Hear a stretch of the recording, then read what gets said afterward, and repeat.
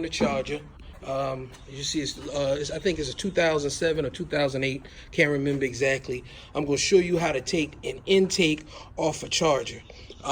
When I first did it, it took me like 10-15 minutes, but I just wanted to give y'all some more charger videos because everybody's been asking for charger videos, and I don't know, y'all just like the charger videos. So I'm trying to see where this pipe is, and then I'll go ahead and get started. So bam. And as you see, I've already started taking a loose, and then I got a message about somebody wanting to charge a video. And the Magnum, remember I did the Magnum video with this piece right here on it, and everybody was asking me how to reinsert this piece. As you see, it is facing, the little tip is facing inward. And what I did was, of course, that's the ERG down there. Or EGR, however you pronounce it. I'm not a mechanic, so don't ask me all these questions about what these parts are called. I'm a self-taught mechanic, self-learned, self-everything. Nobody taught me how to work on cars. I just started working on cars, started looking at YouTube videos, but I did have one partner who showed me how to drop an engine from the bottom of the car, so I'll show y'all that one day. But that valve was in there, and there was 2 screws down there, so let's get started. This is the intake, and this is the fuel. These are the fuel rails. And as you see, I already took the screws out because I wanted it to kind of be informational as more than showing you the exact work. And it was 2 screws down here in this. So what I did was I took these screws out, and then I took those screws out of the EGR, and then I removed this pipe. And as you see, it's pretty long. Here you go. I set that over there. And the second part is, after I did that, I had to unscrew the screws right here, and then over here, in this back, and in this back. And as you see, the pipe right here is blocking it. So I had to pull the pipe off and lift this up. I actually put it back in. Excuse me. Let me see if I can set this down to show you better than, well, I don't want to do that. I'm gonna set it down so hopefully you can see, have a better view of what I'm doing.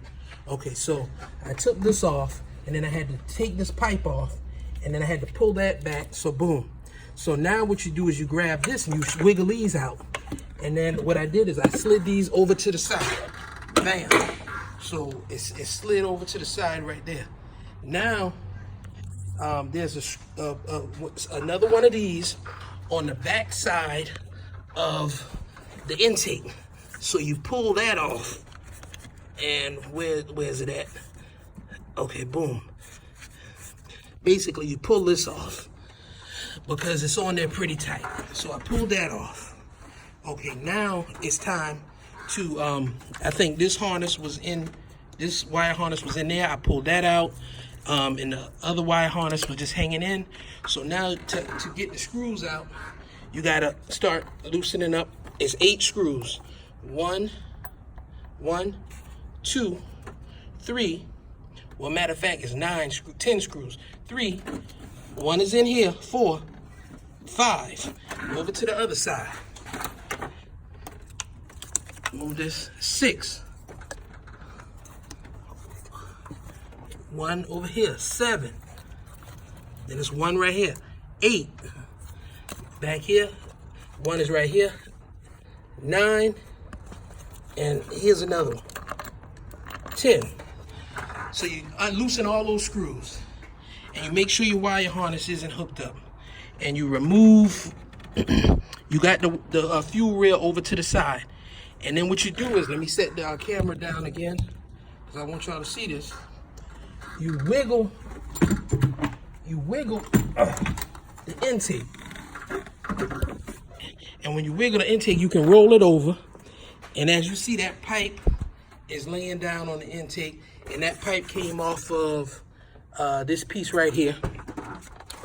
And we're gonna set this intake over here by the oil pan, and the other videos. And if you hear, the reason I had to take the intake off is because this motor was, the intake was full of water. So now I took the intake off, And this is the engine, and you can't really remove the engine with the intake on it. So I took the intake off, and now my next step is to remove these. I'm gonna leave that on there, but remove those clamps, this clamp and that clamp, take those hoses off. And I've already unloosened the motor from the bottom. Then I just got to unloosen the power steering pump, the AC compressor without letting all the thing out, all of the coolant out, or R34. Take the belt off, and then I'll show y'all how to drop the engine out of the car. And there's the motor lift, the engine lift ready. So once I get all of that out, but this video was just to show you how to remove the intake, because you can unloosen the screws and then there's something still holding, and it's usually this pipe right here, or this little hose, plus a few other wire fittings. And once you do that, and really taking the fuel rail was the major thing, because I had to remove all of these little clamps.